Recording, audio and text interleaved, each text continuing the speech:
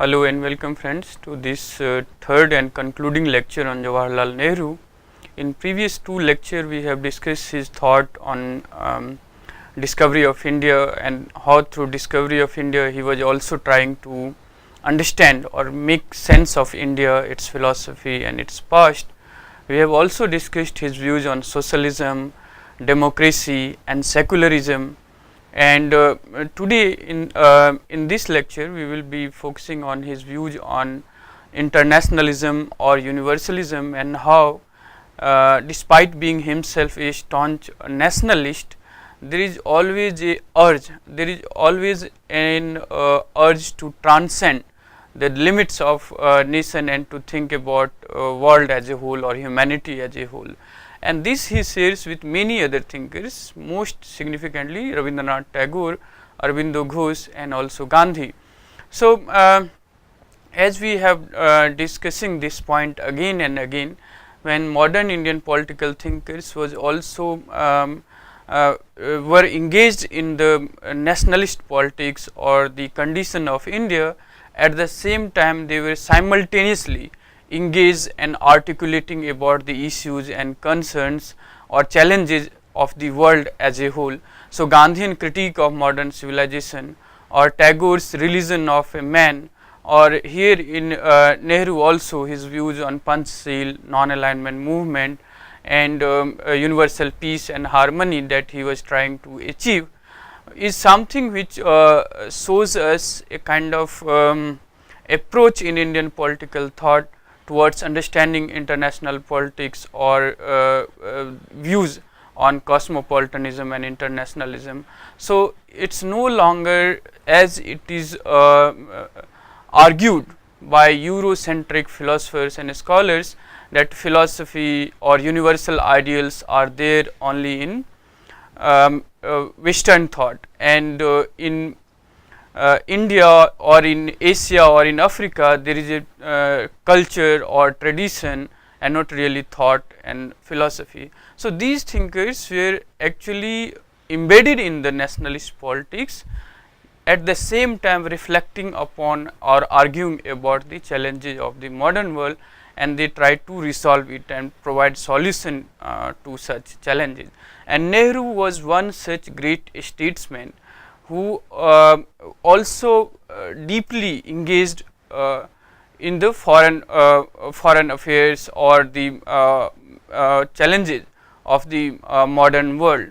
And the idealism in Nehru, which we have discussed, that he was a political leader or a pragmatic leader, and therefore did not consistently followed or blindly followed any creed or any ism that may have inspired him, may have influenced his thought. So, he developed his own thought and constantly reasoned out his positions or his decisions on any political, social and economic matters. Even religion and secularism is something he constantly subject to his constant reasoning or working of the mind. At the same time, he was also an intellectual, an idealist who want to transform the social and economic relations in a particular fashion, and in international relations or in his views about internationalism, we find his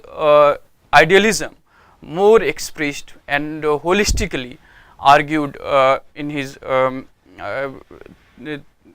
articulation of international challenges and how global affairs should be governed and what should be the role of India or any particular nation in the formation of such global polity. So, that we are going to discuss today, and in the later part of today's lecture we will briefly assess the political thought of Nehru and how far it is relevant even for our contemporary times. Nehru, a great nationalist, was also, like Aurobindo or Rabindranath Tagore or Mahatma Gandhi, a great internationalist or humanist. So, this balance between a nationalist and internationalist and humanist is something which Nehru emphasized upon, dealt with in his politics or in his relationship or in his understanding of foreign relation, and he shared this concern about combining the nationalism with internationalism with many of modern Indian thinkers such as Aurobindo Ghosh, Rabindranath Tagore or Mahatma Gandhi. So, for Nehru, India's struggle for independence was part of a much greater or worldwide movement against imperialism. So, he did not see Indian freedom struggle as a kind of isolatory act or a kind of self-limiting or self-sufficient movement, so to say. So, for him, India's struggle for freedom struggle is part of much greater or worldwide struggle against the imperialism, and therefore he extended India's solidarity to the freedom struggles going on different countries in Asia and Africa. So, so much before India's independence, many leaders of Indian National Congress, certainly Nehru, Gandhi and others, also extended their solidarity to the freedom struggles that was going on in different countries of Asia and Africa. So, this cooperation, the unity with the other countries to fight against a common enemy, that is the imperialism, is something which is much which was there and very constitutive element of India's struggle for freedom. So, this anti-imperialist, and he argued about his stance against the imperialism. So, even during the Second World War and much before that, when he went to Brussels Congress in February 1927, he articulated his thought on anti-imperialism. And again during the Second World War, when India was included in the common fight against the fascist forces, Congress and many Indian leaders opposed it, and Nehru prepared a draft where he argued that you cannot have this hypocrisy of maintaining colonial rule or justifying imperialism on the one hand and fighting fascism in the name of democracy or liberalism on the other. So, he wanted fight against the fascism or any authoritarian regime to be logically extended to fight against the imperialism, and therefore he justified the demand of freedom struggle in different countries. So, again in his socialist ideals and dislike for any form of authoritarianism, Nehru himself was very critical of many of his own personality traits, and he wrote about that in a pseudonym called Chanakya, and in that he argued about the possibilities of such authoritarian tendencies in any personality. So, Nehru was someone who was more in favor of creating a culture of democracy, of decentralization and participation of more, rather than a cult or a personality cult to govern India or to bring about independence or transform social and economic relation. So, he wanted participation and he wanted to achieve all those ideals through democratic participative manner, and that becomes his article of faith, and he continued to believe and practice accordingly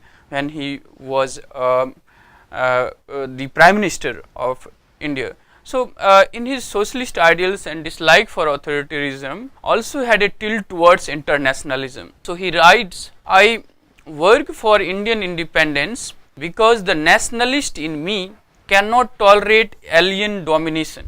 I work for it even more because for me it is inevitable step to social and economic change. So, India's freedom struggle or India's nationalist movement is not just to fight the alien rule, which he cannot tolerate, but more than that, it is a first step for social and economic change in Nehru's thought. So, I should like the Congress to become a socialist organization and join hands with other forces in the world, not in isolation or not in any independent manner of dominating or bringing about changes, but by joining the other forces that in the world who are working for a new civilization. So, his belief in socialism or social and economic transformation, which can be achieved only when India attain the independence, and with attainment of independence, India join the forces with other countries or other nations to work for a new civilization where there will be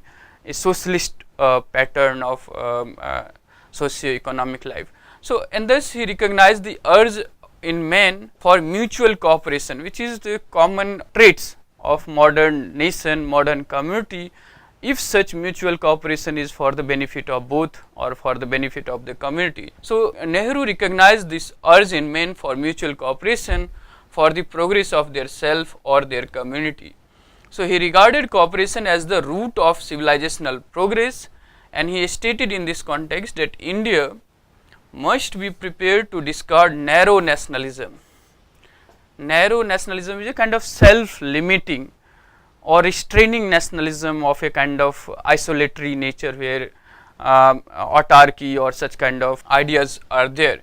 So, India in opinion of Nehru must be prepared to discard narrow nationalism in favor of world cooperation and real internationalism. So, even in the Tryst with Destiny speech, as we have discussed in the previous class, the idea is not just to serve the millions of starving population in India, but still the larger interest of humanity. So, that internationalist or humanist part in a nationalist leader such as Nehru was always there, always the constitutive element of their moral outlook or approach towards politics and role of India in the world. So, thus long before independence, Nehru realized that in a fast changing world, which is fast evolving as a unit, as a single unit, or becoming more and more interdependent world, national isolation is neither desirable nor possible in this world, which is more interdependent. Happenings in one part of the world affects the rest of the world. So, in such a world, to think about isolation is something which is for Nehru neither desirable nor possible. So, he envisioned India's playing a major role in democratic collectivism will result into economic and the political internationalism, which is something that leads to domination of one country over the other, one race over the other. So, he wanted India's and its role in the global arena to bring about a real transformation in the political and economic internationalism. So, his contribution in then a non-alignment movement and his theory of Panchsheel help in shaping the foreign policy in a great many newly emerging countries in Asia and Africa. So, these thoughts help Nehru to make a balance between nationalism or national independence on the other hand and the role of nation in the creation of a new political and economic international order on the other. So, he had a clear idea of how India should play her role in the ever changing dynamics of international politics, and his later policy of non-alignment and anti-colonialism had already found a space in the speech that he gave on the 7th September 1946 as the Vice President of the interim government, and he spoke it thus: we shall take full part in international conference as a free nation with our own policy and not as a satellite of another nation. So, dominion status or a colony represent in the world as a satellite or as a shadow of a foreign nation. So, he was arguing for full participation in international conferences as a free nation with our own policy and not as a satellite of another nation. We propose as far as possible to keep away from the power politics of groups aligned against one another, which have led in the past to world wars and which may lead again to disaster on an even vaster scale. We believe that peace and freedom are indivisible, and denial of freedom anywhere must endanger freedom elsewhere and lead to conflict and war. We are particularly interested in the emancipation of colonial and dependent countries and peoples, and in the recognition in theory and practice of equal opportunities for all races. So, this is something which he has articulated much earlier, before he acted upon some of his thoughts during his prime ministership, where he also kept the foreign policy portfolio. So, for him then the role of India in the in the world affair is not for acquiring power or to join the power politics of different blocs, which already led to conflicts, wars, and certainly 2 world wars, which he has seen. And then immediately after the world war, there is a kind of polarization of world into 2 power blocs, led by Soviet Russia on the one hand, or America on the other, capitalist and the communist bloc. Nehru wanted to avoid such blocs. For him, India's role in global world is to strengthen peace and freedom, and for him denial of freedom anywhere must and will certainly lead to endanger of freedom elsewhere, and also conflict and war. So, for Nehru, India's contribution or India's role in the global world is not for sharing power or joining the power politics of blocs, but to strengthen the peace or the freedom, and certainly extending it to those countries which are colonized by the foreign power, and to ensure the equal opportunities of all races without preferential treatment or hierarchical relationship in the world order. On the basis of such thoughts, therefore, when constitution was framed, Nehru wanted to incorporate within it some guidelines for India's foreign policy, and such guidelines are: country's foreign policy shall be directed with a view to promoting international peace and security. The state should strive for maintaining just and honorable relation between the nation by fostering respect for international law and treaty obligation, and by encouraging the settlement of international disputes by arbitration. So, these are some of the guiding principles which is enshrined in chapter 4 of Indian Constitution, which is about directive principle of state policy. These provisions, which also reflects India's civilizational heritage of non-aggression, striving for peace, or the idea of Vasudhaiva Kutumbakam, world is one family. So, this philosophy or civilizational heritage is also reflective in some of these guiding principles of foreign policy, which is there in the chapter 4 of Indian Constitution, and these guidelines by and large have shaped the foreign policy of independent India and remain a very relevant or a guiding force in shaping the foreign policy in contemporary India as well. So, these provisions became the foundations or principles of many of Nehru's foreign policy initiatives and continue to guide the foreign policy of India even today. Certainly, his initiative about NAM or Panchsheel, or his support for peaceful coexistence, or role of a nation or a world polity to stabilize peace, or to strengthen peace, or to expand the freedom in every part of every part of the world, or to maintain equality of all races, equal opportunities of all races, which will lead to everlasting peace and harmony. So, these ideals he says, as we have discussed with Tagore, Aurobindo Ghosh, to transcend the limits or the boundary of a nation, and should be guided by the collective interest of the whole humanity. So, the humanism, the idealism in Nehru is most articulated in many of his foreign policy initiatives. Now, if you look at some of his responses to the contemporary forms of internationalism, we find he also responded to some of the initiatives such as Woodrow Wilson's and the League of Nations, which was established after the First World War to maintain global order or global peace and arbitrate the conflicts through peaceful negotiation. And so, the ideals of maintaining the global peace or resolving conflict through peaceful negotiation is something which began to be seriously articulated after the First World War, and Woodrow Wilson took the initiative, and his famous 14 principles. Woodrow Wilson advocated peaceful coexistence among nations, and he offered collective security as the means of this and took a decisive role in the formation of League of Nations. Nehru had a favorable opinion of Wilson internationalism, but he criticized League of Nations for its weak foundation, as there were most countries, which, especially in Asia and Africa, which were still colonized. So you cannot have everlasting peace when many parts of the world are under colonial subjugation or a political subjugation of the foreign countries.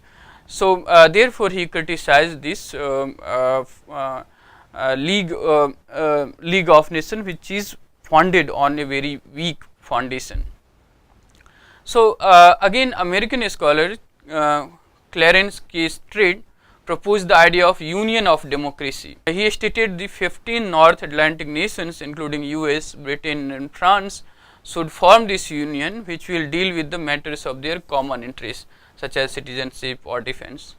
Nehru criticized this union of democracy on two grounds. Firstly, it excluded other nations such as China and India and limited itself to a few nations such as 15 North Atlantic nations. And secondly, it has included some nations which were imperialist and fascist in character, so which promote or champion democracy on the one hand and continue to subject a vast territory or a vast number of population under colonial subjugation. So this hypocrisy in maintaining democracy or thinking about everlasting global peace or stability or common security is something unachievable in a condition where the same countries maintain their colonies or subjugate a vast number of people under their rule. So Nehru was also critical of such kind of internationalism. So Nehru held that without ruling out imperialism and colonialism, no democratic union is possible. Now to look at the features of Nehruvian internationalism, we find in his internationalism there is a delicate or there is a kind of perfect balance between nationalism or internationalism. So Nehru was a nationalist. He wanted to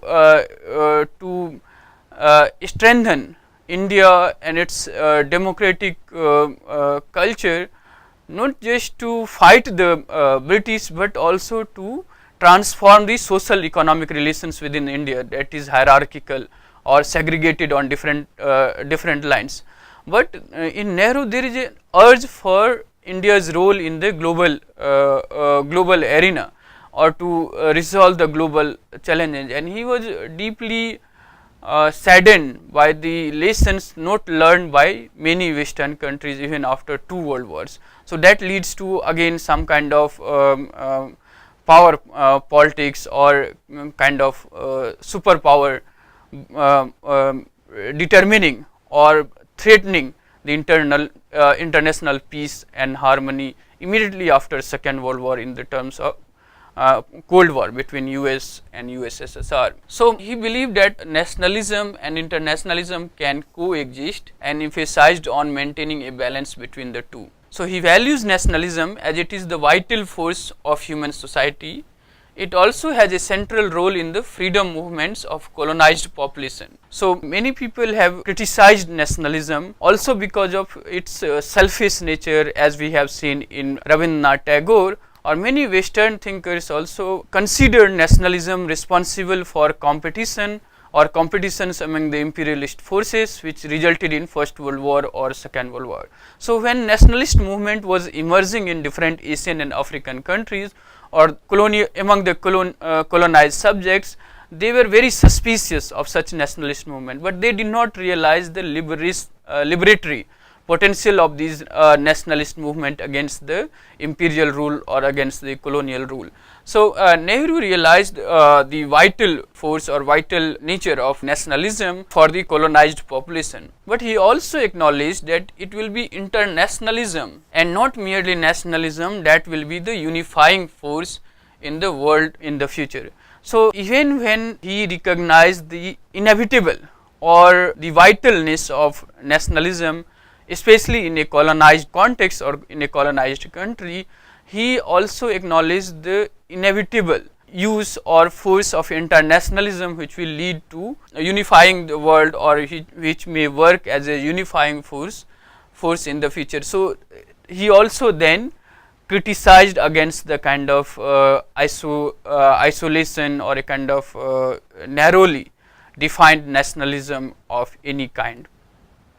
So therefore, for the wider interest of the international community, he preferred adjustments with the national interest or in the national interest of any particular country. So here again the larger good of humanity or human species is something which is superior to the particular interest of a nation, and he wanted nations to adjust with their interest in the service of the larger interest of the humanity. So this internationalism is based on first cooperation.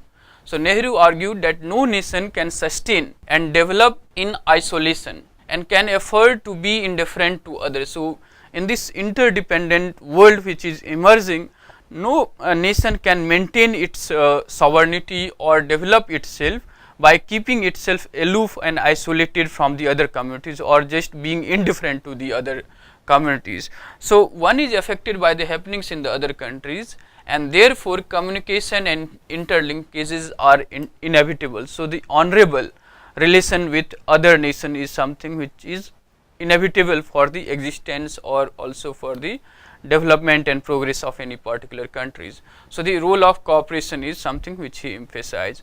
So he advocates cooperation as the only means to survival and progress for any country. As with cooperation, the states in crisis can receive help from the others.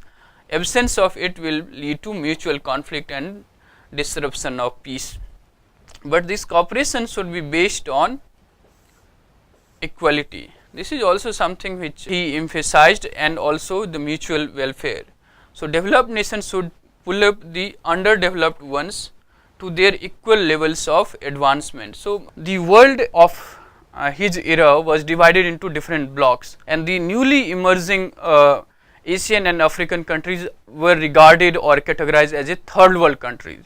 So first world is US and its allies, second world is USSR and its allies, and these newly emerged countries, which on the initiative of Nehru and some other leaders like Tito, Nasser and Sukarno, they started non-alignment movement. So these movements were to ensure the sovereignty of newly emerging nation, and to develop some kind of collective security for these emerging nations in a world which is divided into two superpower, and to strive for equal status and mutual welfare is something which he also emphasized through cooperation. The second emphasis is opposition to the war and focus on peace or negotiation as a useful means for diplomatic negotiation. So he viewed war as the negation of truth and humanity. It does not only lead to further violence, but also shackles the morality of the parties involved.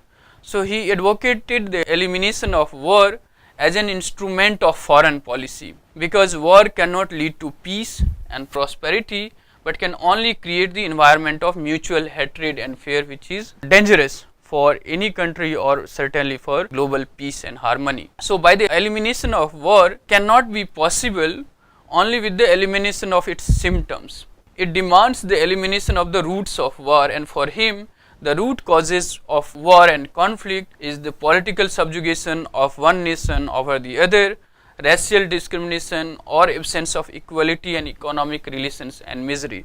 So the global conflicts and war has root causes in these political subjugations, racial discrimination and absence of economic equality or equality in economic relations between different countries and the misery.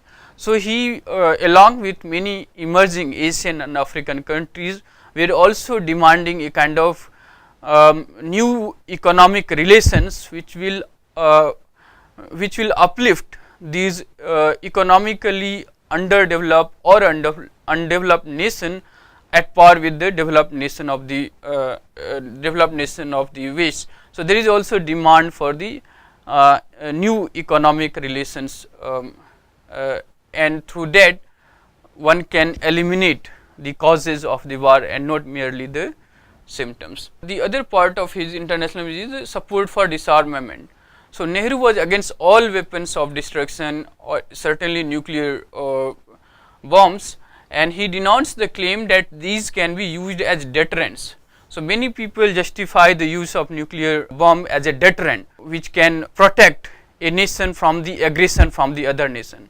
But Nehru did not accept this kind of weapons as a deterrent in foreign policy, and he stated that no peace can be built on the pillars of fear. So again, the idealism or the morality in Nehru enabled him to see the emerging world in a very different way than perhaps a pragmatic or a realist thinker or a leader will look at it. So he regarded disarmament of these weapons as the first step towards the elimination of war. So he continuously argued for the disarmament of certainly all kinds of weapons, and most importantly the weapons of mass destruction such as nuclear bomb and all. So he wrote, disarmament is not merely a desirable alternative to the present competitive arming, where every country is racing for more and more weapons and acquiring more and more power of mass destruction. So he wrote that disarmament is not merely a desirable alternative to this present competitive arming, it is an imperative if we are to survive. So in this context, he stressed on the role of UN and United Nations continuously strives towards this disarmament policy, which we have seen every now and then between US and USSR, the talks about disarmament and all. So Nehru believed in the role of disarmament as a tool for sustaining economic or sustaining order and peace in the global arena. However, although Nehru was for nuclear disarmament, he was not against the uses of nuclear energy for peaceful objectives.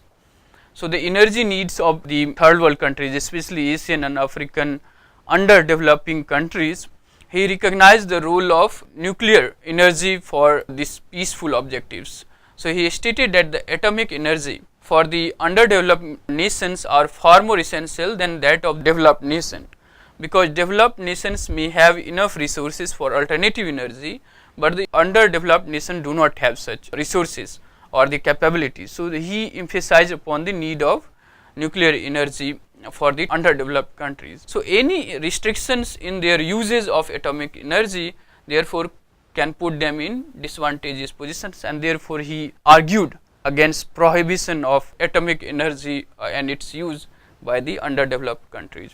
Now he also had an idea of world government, and Nehru envisioned a post nation state world order.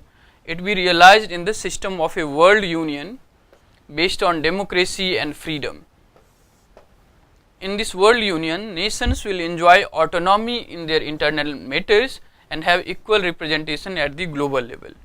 It will be against all forms of domination such as imperialism, colonialism and racism, and based on cooperation and coexistence on equal grounds. It will be the perfect order of humanity. This, in the idea of world union, Nehru's idealism, humanism and internationalism finds a complete and holistic expression. However, in actual unfolding of the world situations, especially after India-China War of 1962, had put a serious questions mark on Nehruvian model of internationalism, and it also led to critique of Nehruvian foreign policy. Now if you look at Nehru's internationalism and India's foreign policy, Nehru was the first Prime Minister and also the Foreign Minister of independent India for 17 years.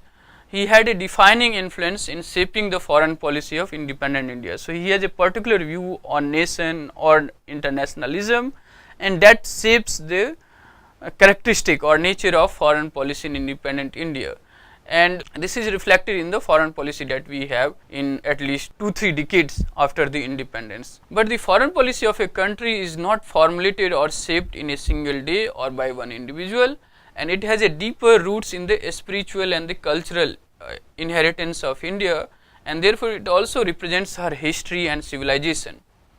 Nehruvian foreign policy was also influenced by the dynamism of the Indian struggle for freedom and different articulation that was being carried out by different thinkers such as Ghosh, Rabindranath Tagore certainly, and their thought has influence on Nehru as well. and he shared some of his concerns when he was articulating about India's role in the emerging global order. So many of the ideas such as striving for peace or resolving conflicts through peaceful dialogue or negotiation is something which cannot be reduced to one individual. It has certain cultural or civilizational inheritance, and in India the foreign policy which is adopted is rooted in such civilizational belief about role of dialogue and role of peace, or how nations should strive for peace and harmony, or how that can lead to prosperity. So India's foreign policy to a great extent subscribed or shaped by such civilizational and cultural beliefs as well. Nehru gave it a definite shape and actually acted upon such beliefs or philosophy when he became the Prime Minister and also the Foreign Minister of the independent India. So flourished in the rich heritage of Indian culture and heritage, Indian foreign policy was also tempered by the changing realities of the world. So the historical events of Cold War, the attempts of the superpowers to drag newly independent nations to one or the another military camps, had forced India to tread a very cautious but tactical and pragmatic path in order to maintain its sovereignty in the foreign policy. So the condition of the world was such where superpowers were trying to drag newly emerging nations in Asia and Africa in one or the other blocks. Nehru and through his understanding, many Asian and African countries together developed a movement or an organization which enabled them to engage with the realities of that world in a very cautious and careful, pragmatic manner to protect their sovereignty and also collectively negotiate for their development or progress. So though Nehru was an internationalist in the truest sense of the term, he did not ignore the regional dynamics of the world politics. On the need of the cooperation between South Asian nations and India, he stated that we are of Asia and the people of Asia are nearer and closer to us than others. India is so situated that she is the pivot of Western, Southern and Southeast Asia, and the future is bound to see a closer union between India and Southeast Asia on the one side and Afghanistan, Iran and Arab world on the other. So Nehru was also very realist and pragmatic in that sense to acknowledge the emerging dynamics or the regional dynamics or what we call geopolitics of the foreign policy or the international relation. So further on, Nehru signed the Panchsheel agreement with China in 1954, which laid these 5 principles which becomes the guiding force for the foreign policy of many countries, especially in Asian and African countries. These 5 principles, which is named as Panchsheel, is peaceful coexistence, respecting each other's sovereignty and territorial integrity, first, this is second, then non-aggression, third, non-interference in each other's internal matters, that is fourth, and recognition of equality and mutual benefit, working for the mutual benefit and prosperity, that is the fifth.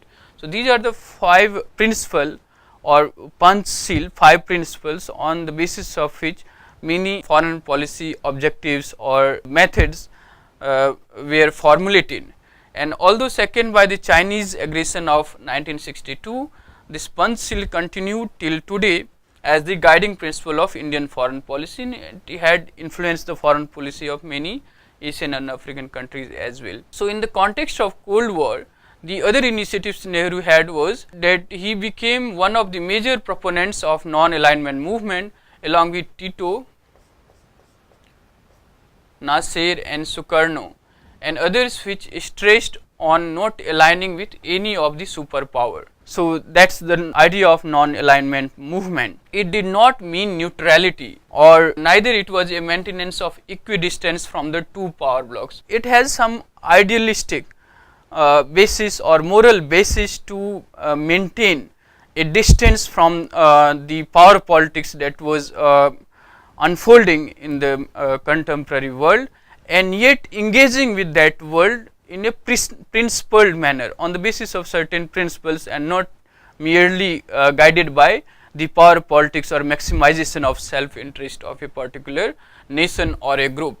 So, non-alignment movement for Nehru is not absolute neutrality or withdrawal from the world, from the real world, but to engage with the real world in a principled manner, maintaining one's sovereignty and independence in decision making. So, it was an attempt of building an independent path of development. It was the only path through which the third world countries, the newly emerging countries in Asia and Africa, could maintain a safer distance from the superpowers and protect their sovereignty and independence from any external interference or compromising on their sovereignty in terms of making decisions about the foreign policies or their internal matters. Now, it focused on extending world peace and freedom and reducing the impact of Cold War politics, the rivalry, imminent danger of such rivalry between two superpowers. So, taking initiation in the independence of colonized nation, it also stressed on bringing of a just economic order on the basis of equality and cooperation. So, non-alignment movement that Nehru initiated is not just about tackling the political realities of the world, but to also collectively negotiate for a new economic world order as well. Because even when these nations got the political independence, economically they were dependent on their former colonizer. So, that new colonialism which we call, they were also trying to fight against these new forms of colonialism in terms of economic relationship, and they wanted to make such relations more just, more equitable for these countries. So, now if you look at the conclusion and to have some concluding remarks on Nehru's thought on internationalism, but generally also his overall contribution and also his failures, one can certainly say it for sure that he has greatest influence on the first 2-3 decades of free India or independent India. He helped in shaping many institutions and which includes IITs, IIMs, or many academies for literature or for the development of culture. So, or some institution like Election Commission of India, which played a pivotal role in the shaping of democratic culture or parliamentary democracy in India. So, despite of the challenges that India faced after the partition or economic or other challenges, it went ahead with a parliamentary form of democracy, which is nothing short of a miracle. Or when many Western scholars were arguing about that India will eventually disintegrate and there will be fragmentation, India had maintained by and large its boundary fairly well, and also continued to the path of democracy and elections after elections.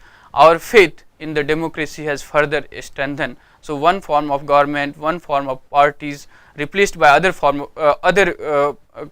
parties, and the peaceful transfer of power is something which we have achieved and which we should be proud of, despite of so many challenges that we have faced.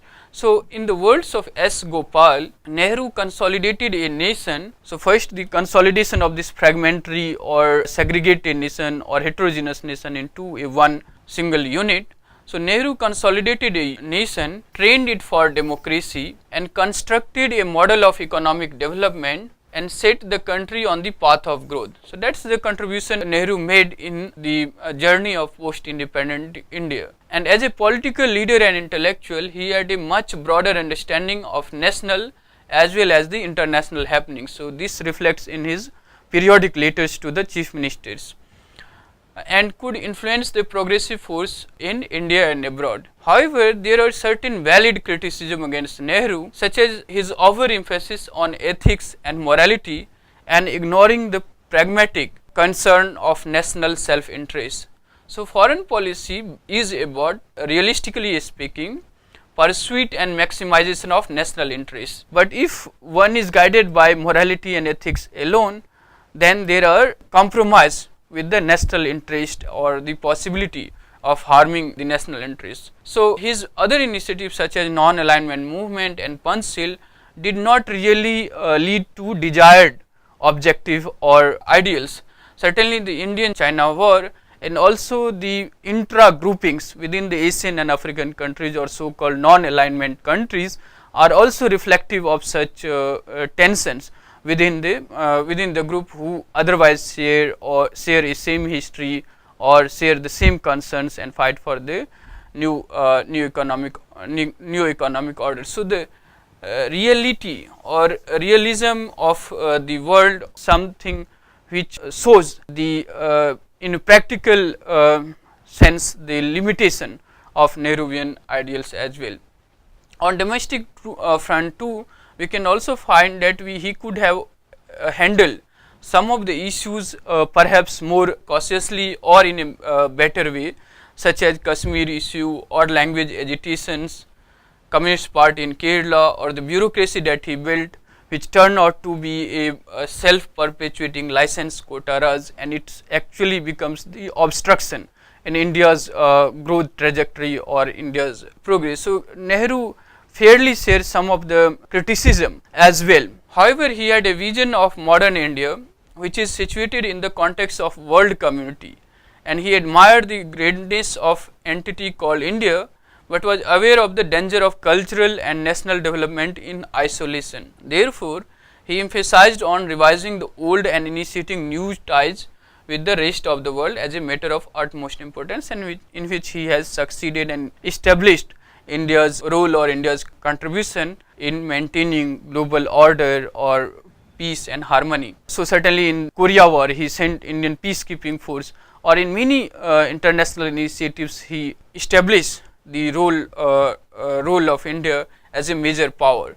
So, as an advocate of national well-being and international harmony, he will always be regarded as a true internationalist and humanist. So, this tribute to Nehru by Tito, the former president of Yugoslavia, wrote that India can be proud having such an outstanding leader as Nehru, who through his efforts and farsightedness is paving the way towards a better future for India, and who through his untiring activity in the struggle for peace, devotion to the policy of coexistence and the strengthening of peaceful international cooperation has become one of the most outstanding statesmen of the world. So, Nehru and his ideals were not limited and applicable and relevant to India and its context alone, but he was truly a international statesman, and he was regarded so by many of the world leaders, including Tito or many other global leaders as well. So, in Nehru we find him a great institution builder, a nationalist, liberal, socialist, secular democrat, and rightly therefore he is regarded as the architect of modern India. His ideals and opinions, even after his death and many of his failures, will remain as relevant and perhaps more relevant today than it was during his time. So, that is the legacy of Nehru. So, there are many things which is under challenge or under critique, but the path that we have followed despite of the challenges that we have faced is something which we must attribute to the Nehru and his ideals, and that remains a kind of guiding force or a guiding principle for contemporary India as well. Certainly his views on secularism, parliament or parliamentary form of democracy, the role of institutions, the expansion of democratic culture, and eradication or elimination of hierarchy within a community or across the community is something which we need to seriously engage with. So, by that we conclude this lecture on Nehru and his views on internationalism, and on this you can look at some of these texts like Discovery of India by Nehru, and also Nehru by Benjamin Zakaria, which is a very good biography. Sources of Indian tradition, you can find some original speeches and writings of Nehru, and from political thought in modern India by Bentham and Kenneth Deutsch, you can find a chapter on Nehru, which is also very helpful to understand many of his ideals on democracy, socialism, secularism, scientific temper or internationalism and all. And also V.R. Mehta, Foundation of Indian Political Thought, and a lecture by T.N. Cole on Nehru, the Idealist and the Revolutionary, and also Nehruvian Internationalism, Principles, Features and Relevance by Sunil Kumar in Pakistan Horizon. So, these are some of the texts which you can refer to understand Nehru and Nehruvian views on internationalism. Thanks for listening. Thank you all.